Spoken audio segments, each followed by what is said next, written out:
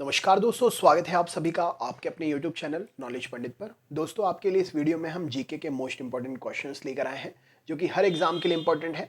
आप किसी भी एग्जाम की तैयारी कर रहे हैं, आप हमारे क्वेश्चंस के इस वीडियो को देख सकते हैं और अपने दोस्तों को भी शेयर कर सकते हैं। तो चलिए शुरू करते हैं वीडियो। अगर आप नए हैं तो हमारे और भी वीडियोज़ देखने के लिए चैनल की प्ले लिस्ट में जाकर आप पुराने वीडियोज़ देख सकते हैं। सबसे पहला प्रश्न है कि संविधान संशोधन एक्ट के तहत मतदाताओं की आयु 21 से घटाकर 18 वर्ष कर दी गई थी। इनमें से किस संविधान संशोधन एक्ट के तहत मतदाताओं की आयु 21 से घटाकर 18 वर्ष कर दी गई? तो यहाँ पर राइट आंसर हो जाएगा 61वां संविधान संशोधन था, जिसके तहत मतदाताओं की आयु 21 वर्ष से घटाकर 18 वर्ष कर दी गई थी। नेक्स्ट क्वेश्चन है, भारत में रेडियो प्रसारण का प्रारंभ किस वर्ष हुआ था? भारत में रेडियो प्रसारण का प्रारंभ किस वर्ष हुआ था? तो 1923 में भारत में रेडियो का प्रसारण प्रारंभ शुरू हुआ था। नेक्स्ट क्वेश्चन देखते हैं, भारत को प्रथम नोबेल पुरस्कार किस विषय के लिए दिया गया था? तो यहाँ पर राइट आंसर हो जाएगा, भारत को प्रथम नोबेल पुरस्कार साहित्य के क्षेत्र में योगदान देने के लिए दिया गया था। अगला क्वेश्चन देख लेते हैं। नेक्स्ट प्रश्न है, इनमें से किस लिपि को सभी लिपियों का जन्मदाता कहा जाता है? तो सभी लिपियों का जन्मदाता इनमें से ब्राह्मी लिपि को कहते हैं। राइट आंसर हो जाएगा ब्राह्मी लिपि। नेक्स्ट क्वेश्चन देख लेते हैं, भूदान आंदोलन किसने प्रारंभ किया था? भूदान आंदोलन किसने प्रारंभ किया था? सही उत्तर क्या है? तो चलिए देखते हैं। तो भूदान आंदोलन विनोबा भावे जी ने प्रारंभ किया था। राइट आंसर हो जाएगा विनोबा भावे। नेक्स्ट क्वेश्चन है, लोकटक शक्ति परियोजना निम्नलिखित में से किस राज्य में स्थित है? लोकटक शक्ति परियोजना निम्नलिखित में से किस राज्य में स्थित है? तो लोकटक शक्ति परियोजना मणिपुर राज्य में स्थित है। राइट आंसर हो जाएगा। नेक्स्ट क्वेश्चन है, संविधान संशोधन करने के विधेयक को वीटो करने की राष्ट्रपति की शक्ति सहमति देनी होती है। शब्द से स्थानापन्न करने के लिए किस संशोधन द्वारा ये शब्द जो है छीन लिया गया था? तो संविधान संशोधन करने के लिए विधेयक को वीटो करने की राष्ट्रपति की शक्ति सहमति देनी होगी, ये जो है छीन लिया गया था 24वें संशोधन के द्वारा। नेक्स्ट क्वेश्चन है, हिंदी किस लिपि में लिखी जाती है? हिंदी किस लिपि में लिखी जाती है? तो यहाँ पर राइट आंसर हो जाएगा, हिंदी देवनागरी लिपि में लिखी जाती है। सही उत्तर हो जाएगा। नेक्स्ट क्वेश्चन देख लेते हैं, नोबेल पुरस्कार कब आरंभ किए गए थे? नोबेल पुरस्कार कब आरंभ किए गए थे? तो राइट आंसर है 1901 में नोबेल पुरस्कार आरंभ किए गए थे। सही उत्तर हो जाएगा। अगला क्वेश्चन है, आनंद मठ का लेखक इनमें से कौन है? आनंद मठ का लेखक इनमें से कौन है? सही उत्तर क्या हो जाएगा? चलिए देख लेते हैं। तो यहाँ पर राइट आंसर है, आनंद मठ के लेखक बंकिम चंद्र चटर्जी। सही उत्तर हो जाएगा। नेक्स्ट क्वेश्चन है, रिहंद बांध परियोजना से किन राज्यों में सिंचाई होती है? रिहंद बांध परियोजना से किन राज्यों में सिंचाई होती है? तो रिहंद बांध परियोजना से उत्तर प्रदेश और बिहार प्रांत में सिंचाई होती है। नेक्स्ट क्वेश्चन है, निम्नलिखित में से भारतीय संविधान का कौन सा संशोधन पंचायती राज व्यवस्था को संवैधानिक दर्जा प्रदान करता है? तो यहाँ पर सही उत्तर हो जाएगा, निम्नलिखित में से भारतीय संविधान का संशोधन जो है 73वां संशोधन पंचायती राज व्यवस्था को संवैधानिक दर्जा प्रदान करता है। राइट आंसर हो जाएगा। नेक्स्ट क्वेश्चन देख लेते हैं, ब्राह्मी लिपि को किसने स्पष्ट किया था? सही उत्तर क्या है? तो ब्राह्मी लिपि को जेम्स प्रिंसेप ने स्पष्ट किया था। सही उत्तर हो जाएगा जेम्स प्रिंसेप। अगला क्वेश्चन देख लेते हैं, नोबेल पुरस्कार किसकी स्मृति में दिए जाते हैं? नोबेल पुरस्कार किसकी स्मृति में दिए जाते हैं?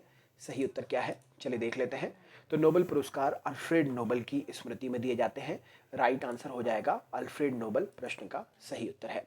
नेक्स्ट क्वेश्चन देख लेते हैं, भारत विभाजन के संदर्भ में 1947 में नियुक्त सीमा आयोग की अध्यक्षता किसने की थी? तो भारत के विभाजन के संदर्भ में 1947 में नियुक्त सीमा आयोग की अध्यक्षता रेडक्लिफ ने की थी। सही उत्तर हो जाएगा रेडक्लिफ। नेक्स्ट क्वेश्चन देख लेते हैं। अगला प्रश्न है, तुलबुल परियोजना इनमें से किस नदी से संबंधित परियोजना है? तुलबुल परियोजना इनमें से किस नदी से संबंधित परियोजना है? तो यहाँ पर राइट आंसर हो जाएगा, तुलबुल परियोजना जो है झेलम नदी से संबंधित परियोजना है।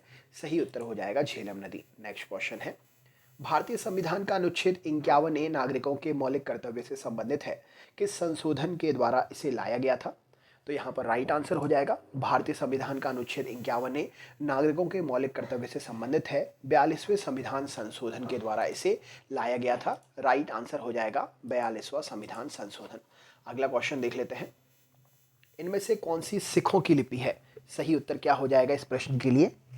इनमें से कौन सी सिखों की लिपि है? तो गुरुमुखी लिपि सिखों की लिपि है। राइट आंसर हो जाएगा गुरुमुखी लिपि। नेक्स्ट क्वेश्चन देख लेते हैं। नोबेल पुरस्कार की स्थापना किस देश ने की थी? सही उत्तर क्या है? नोबेल पुरस्कार की स्थापना इनमें से किस देश ने की थी? सही उत्तर क्या हो जाएगा इस प्रश्न के लिए?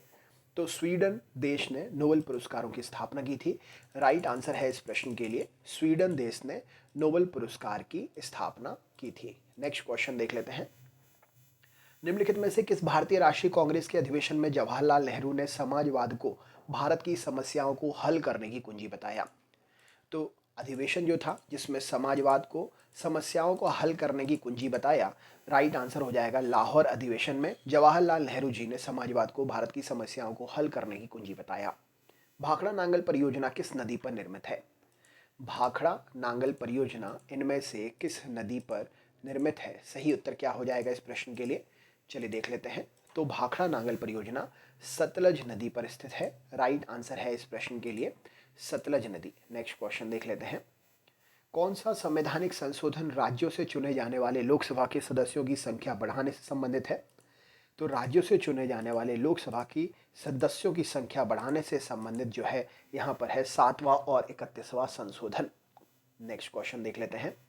मुस्लिम लीग के निम्नलिखित में से किस अधिवेशन में मोहम्मद अली जिन्ना ने अपना 14 सूत्रीय प्रस्ताव रखा था? तो मोहम्मद अली जिन्ना जी ने अपना 14 सूत्री प्रस्ताव जो है ये रखा था 1929 के लाहौर अधिवेशन में। राइट आंसर हो जाएगा इस प्रश्न के लिए, माफ करिएगा, 1929 के अधिवेशन में। नेक्स्ट क्वेश्चन है। बौद्ध ग्रंथ ललित विस्तार कितनी लिपियों का उल्लेख करता है? या बौद्ध ग्रंथ ललित विस्तार जो है जिसका नाम है उसमें कितनी लिपियों के बारे में जानकारी मिलती है? सही उत्तर क्या हो जाएगा इस प्रश्न के लिए? तो बौद्ध ग्रंथ ललित विस्तार में 64 टाइप की लिपियां हैं जिसके बारे में जानकारी मिलती है उस ग्रंथ से। सही उत्तर हो जाएगा। नेक्स्ट क्वेश्चन देख लेते हैं। इनमें से किस विषय पर नोबेल पुरस्कार नहीं दिया जाता है? इनमें से किस विषय पर नोबेल पुरस्कार नहीं दिया जाता है? तो गणित के क्षेत्र में नोबेल पुरस्कार नहीं मिलता है। आप मुझे कमेंट करके बताइए कि गणित के क्षेत्र में कौन सा पुरस्कार मिलता है। अगर नोबेल पुरस्कार नहीं मिलता है तो कौन सा पुरस्कार मिलता है? नेक्स्ट क्वेश्चन देख लेते हैं। दामोदर नदी घाटी परियोजना से लाभान्वित राज्य कौन सा है? दामोदर नदी घाटी परियोजना से लाभान्वित राज्य कौन सा है? तो दामोदर नदी घाटी परियोजना से लाभान्वित राज्य पश्चिम बंगाल और झारखंड है। सही उत्तर हो जाएगा पश्चिम बंगाल और झारखंड। अगला क्वेश्चन है।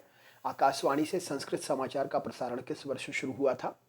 तो आकाशवाणी से संस्कृत समाचार का प्रसारण जो है सितंबर 1974 में शुरू हुआ था। राइट आंसर हो जाएगा। अगला क्वेश्चन है। संविधान के किस संशोधन द्वारा केंद्रीय मंत्रियों की संख्या लोकसभा के कुल सदस्यों के 15% पर सीमित कर दी गई थी? तो संविधान का वह संशोधन जिसमें केंद्रीय मंत्रियों की संख्या लोकसभा के कुल सदस्यों की 15% पर सीमित कर दी गई थी, वह संशोधन था 91वां संविधान संशोधन। नेक्स्ट है। प्राचीन ब्राह्मी लिपि को अर्थ निकालने वाला प्रथम व्यक्ति कौन था? मतलब ब्राह्मी लिपि का सबसे पहले अर्थ पता करने वाला व्यक्ति कौन था? तो यहाँ पर राइट आंसर हो जाएगा प्राचीन ब्राह्मी लिपि का अर्थ निकालने वाला प्रथम व्यक्ति जेम्स प्रिंसेप था। नेक्स्ट क्वेश्चन है। महात्मा गांधी शांति पुरस्कार के तहत कितनी पुरस्कार राशि प्रदान की जाती है? तो महात्मा गांधी शांति पुरस्कार के तहत 1 करोड़ रुपए की पुरस्कार राशि प्रदान की जाती है। राइट आंसर है। नेक्स्ट है। निम्न में से कौन दांडी मार्च में महात्मा गांधी जी के साथ में था? सही उत्तर क्या हो जाएगा? तो दांडी मार्च में महात्मा गांधी जी के साथ में वेब मिलर थे। सही उत्तर हो जाएगा इस प्रश्न के लिए वेब मिलर। नेक्स्ट क्वेश्चन देख लेते हैं। अगला प्रश्न है। निम्नलिखित में से कौन तमिलनाडु एवं केरल की संयुक्त नदी घाटी परियोजना है?